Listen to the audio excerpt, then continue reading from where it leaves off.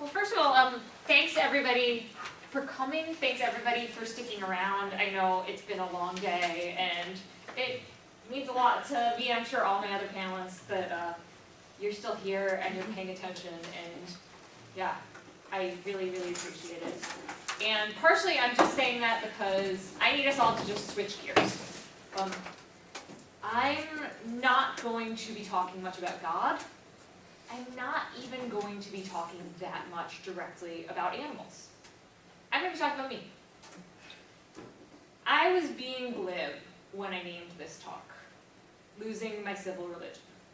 When I say civil religion, I'm using the term in the Wikipedia sense. It's a catch-all to acknowledge that there is a moral undergirding of our society that is reinforced through ceremony and ritual. For me, as example, election day has always been particularly solemn. Back since when I was a child and my father first let me pull the bar on the old school gear and lever voting machine. When I first moved to Minnesota and I had to absentee vote, I walked into the polling place and demanded they give me one of those I voted stickers because I couldn't bear to be mistaken for somebody who didn't have a commitment to civil society, who didn't want to participate in the American community. More generally, the most vivid example of American civil religion in action is the flag. Whether you want to fly it or you want to burn it, you know that it's a powerful totem. So, what does that mean for how we experience our daily lives?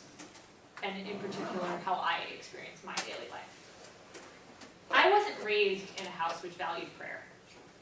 And I haven't grown up to be somebody who turns to a deity for solace.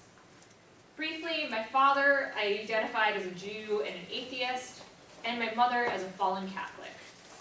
She spent many, many years hoping for something that could provide her the security which the Mass and saints once did. I hold in myself parts of both of them. I don't have a relationship with a personal God, but I do engage in a very strong dialogue with my tradition and the moral foundations which led me to become the person I am today. Which means I should probably just back up and tell you who I am. Carol's introduction gets at a lot of it, but to give it a little more context, I'm a long-term activist in the American Animal Liberation Movement, and most recently, I'm the lead plaintiff in a lawsuit challenging the constitutionality of the Animal Enterprise Terrorism Act. If you want to know more about the lawsuit, I'll be around all day tomorrow to discuss its particulars. And if you're not familiar with the AETA, the name speaks for itself. Animal Enterprise Terrorism Act.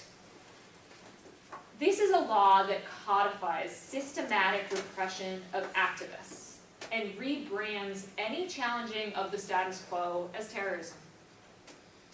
It was pushed through the legislature by large corporate interests, which found that despite their best efforts to keep their cruelties hidden, more and more people were learning what the inside of a factory farm or vivisection laboratory looked like.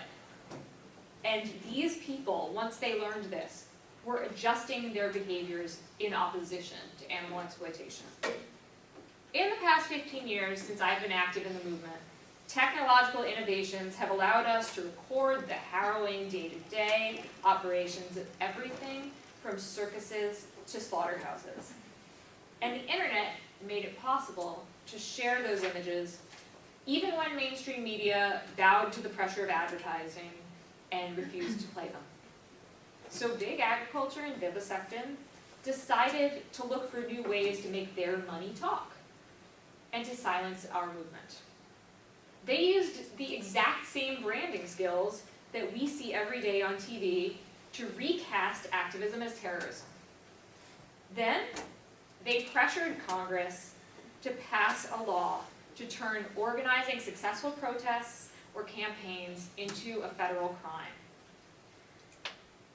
Once they got people to accept that there be such a thing as criminalizing speech because it changed people's minds. They didn't even need to use that law anymore. They could just push for inordinately longer and harsher sentences when people's activities were based in their politics.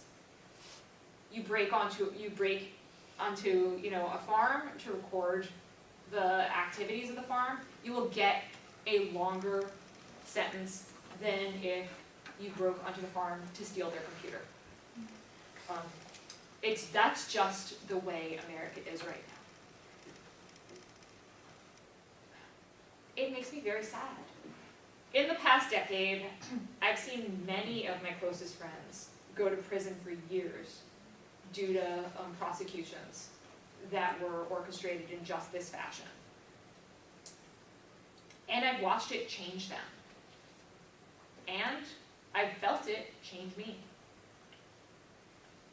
So,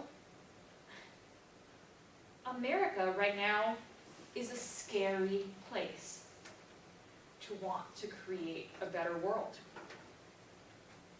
And as angry as I am at an institution that did rip my friends away from me, that did create a scenario in which people can't safely acknowledge their own consciences, I still feel like the best parts of me are grounded in an understanding of myself as an American.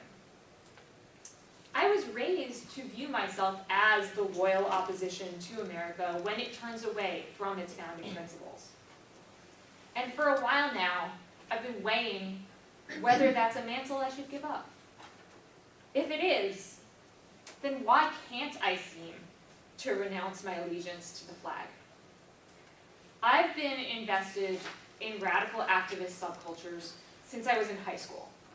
So it's a bit embarrassing for me to stand up here and confess that I haven't yet given up on America, or at least the romantic fable of America on which I was raised. I readily acknowledge that not everyone sees America in the way I do when the word just pops into my head. You know, the most passing glance at the rhetoric of war, at the patriotism that leads to hate, shows me that, like any other word, it can mean almost anything to any person. In that way, it certainly is analogous to religion. But it still resonates with me. So I've been asking myself why. I started by going through the basics of what I think of when I think of America as a value system, not as a historical entity.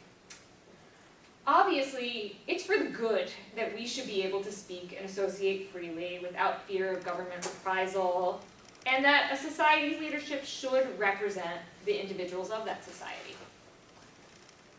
A jury has the potential to be an ingenious safeguard against that pesky urge people have to just disappear those they don't like. But as smart as the Bill of Rights may be, it's an epic failure. The AETA and state-sponsored ag bills are just the most recent examples of policies enacted by the government that chill free speech and association. We can see historical examples going all the way back, where if you say something those in power don't like in America, the government can, and on occasion will, ruin your life. And in an era of mass incarceration, over 90% of those arrested in the US plead out. Trial by jury is a fiction, and I'm starting to think the whole Bill of Rights may be some days. Except for the Second Amendment, that one, we can see it work pretty much every day. So, if it's not the first 10 amendments, or,